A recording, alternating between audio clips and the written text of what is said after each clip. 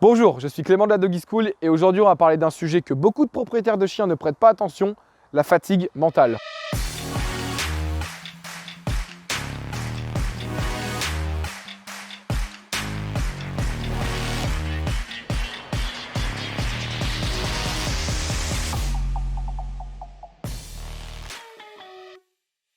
Alors la fatigue mentale chez le chien, qu'est-ce que c'est?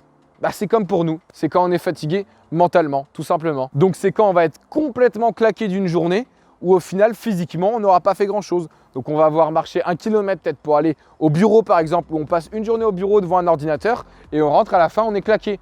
Pourtant physiquement, on ne s'est pas beaucoup dépensé. À la rigueur, on a marché 1 kilomètre. Physiquement, on ne s'est pas dépensé.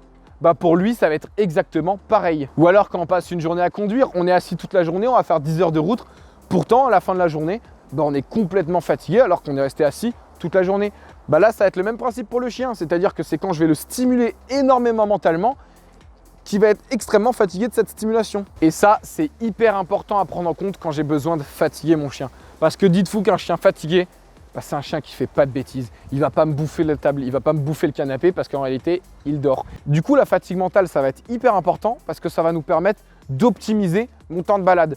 Parce qu'au final, quand je vais faire courir mon chien pendant 2 heures, si je le stimule pendant 1 heure assez fortement, je vais obtenir la même fatigue, voire même plus, alors que mon temps de balade aura été 2 fois plus court. Et donc, cette fatigue mentale et cette optimisation de la balade, je vais essayer d'aller la retrouver parce que ça va me permettre, parce que ça nous arrive des fois le soir, on n'a pas forcément 3 heures pour promener notre chien. Quand on a un chien qui a un niveau d'énergie hyper élevé, pour le fatiguer, je vais aussi lui coller plein d'exercices. Je vais le stimuler, je vais le faire cogiter pour que quand il rentre à la maison, il soit exténué et qu'il dorme. Parce qu'un chien a besoin d'exercice, que ce soit physique ou mental. Un chien a besoin de se dépenser, a besoin d'exprimer son potentiel physique ou mental. Un chien heureux, c'est un chien à qui on offre quelque chose.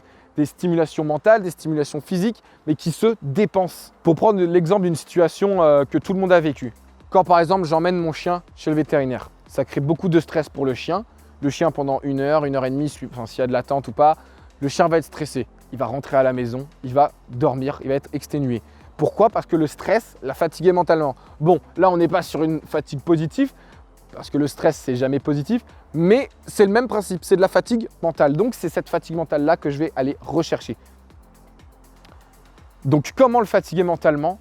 En lui proposant quelque chose durant les balades. C'est-à-dire qu'au lieu de partir en forêt, de le lâcher et de faire ma petite balade en forêt sans jamais interagir avec lui, là, je vais lui proposer plein de choses. C'est-à-dire que quand là, il va être devant moi, je vais lui demander des exercices. Pogo, assis. C'est bien mon pépère. Voilà par exemple, il est en balade, il renifle, je le laisse renifler ses petites odeurs. Je le rappelle, il s'assoit, je le récompense, hop, et je le laisse renifler ses petites odeurs. Et 5 minutes après, je le rappelle, je le fais venir à moi. Pogo, viens au pied. Allez, viens. Pogo. Super. Assis.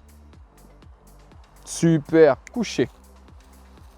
C'est bien mon pépère. Voilà, je vais lui proposer des choses. Je lui apprends des choses, je le stimule. J'ai besoin de le stimuler lui, sinon il s'ennuie. Et en plus d'optimiser son temps de balade, je lui apprends des choses. Je lui offre quelque chose parce que forcément, si je passe 2 heures à le balader et que sur ces 30 minutes, je vais lui apprendre des nouvelles choses, ça va être 30 minutes de gagner. Si je fais ça tous les jours, mon chien, au bout d'un mois, si je fais 30 minutes tous les jours, sur 30 jours, ça lui fait énormément de temps d'apprentissage. Au lieu de le faire 1 fois par semaine, si je le fais tous les jours dans la balade, mon chien va apprendre 7 fois plus vite. Donc voilà, ça va être hyper important d'aller chercher cette stimulation, de le stimuler, de le faire cogiter. Il a besoin de ça. Et comme je le disais, si je lui propose des choses tous les jours, forcément, j'augmente son niveau d'apprentissage. Il va apprendre beaucoup plus vite. Et une fois qu'il a appris quelque chose, je peux passer à une autre étape. Et c'est comme ça que je vais avoir un chien avec qui je peux faire plein de choses parce que je l'habitue, je le fais cogiter, je lui montre le plus de situations possibles. Comme par exemple aller en centre-ville.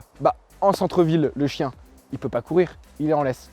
Pourtant, vous vous baladez 1 heure en centre-ville, à chaque fois, vous allez rentrer, il va être complètement fatigué parce qu'il va être stimulé dans tous les sens. Il va y avoir des chiens, des gens, des voitures, des choses qu'il n'a pas l'habitude de le voir, des choses qui vont le faire cogiter. Il va marcher un petit peu et encore, si on s'arrête, il ne va pas marcher beaucoup, mais il va être exténué. Et donc cette stimulation va être hyper importante à aller chercher parce que comme je disais au début, un chien fatigué est un chien docile qui ne fait pas de bêtises. Si je lui offre tout ce que je dois lui offrir, que ce soit de la fatigue mentale et de la fatigue physique, mon chien, il a tout pour s'épanouir correctement. Donc être obéissant, être docile, bien se comporter. Voilà, il a besoin de ça et c'est à moi de lui offrir. Parce que si mon chien, il s'ennuie, bah là, il va me bouffer le canapé parce qu'il va être stimulé par ce canapé. Il va le bouffer, oh tiens, c'est rigolo. Alors que si, juste avant de le rentrer, eh ben, je l'ai stimulé pendant 40 minutes, je suis pas obligé de sortir, je peux le faire dans le jardin, ça aussi. Bon, c'est mieux de le faire à l'extérieur parce qu'en plus, on l'apprend dans un contexte différent. Mais je peux très bien le stimuler chez moi, je suis pas obligé de sortir, même dans la maison s'il pleut, il passe à côté de moi, hop, je vais le stimuler. Des assis, des couchés, des pas bouger, des viens au pied, enfin plein de choses pour le stimuler, le faire cogiter. Donc voilà, la fatigue mentale est super importante. Prenez-la en compte, stimulez votre chien. Comme je le répète encore et je le répéterai toujours, un chien fatigué, c'est un chien qui ne fait pas de bêtises. Donc stimulez-le, offrez-lui quelque chose et vous allez voir qu'il va s'épanouir. Et en plus de ça, vous allez renforcer votre lien avec vous et votre chien. Il en a besoin, vous en avez besoin pour créer ce lien parfait. Donc voilà, j'espère que cette vidéo sur la fatigue mentale va vous aider. Fatiguez-le mentalement, c'est important. Offrez-lui quelque chose. Et moi, je vous dis à très vite pour une prochaine vidéo.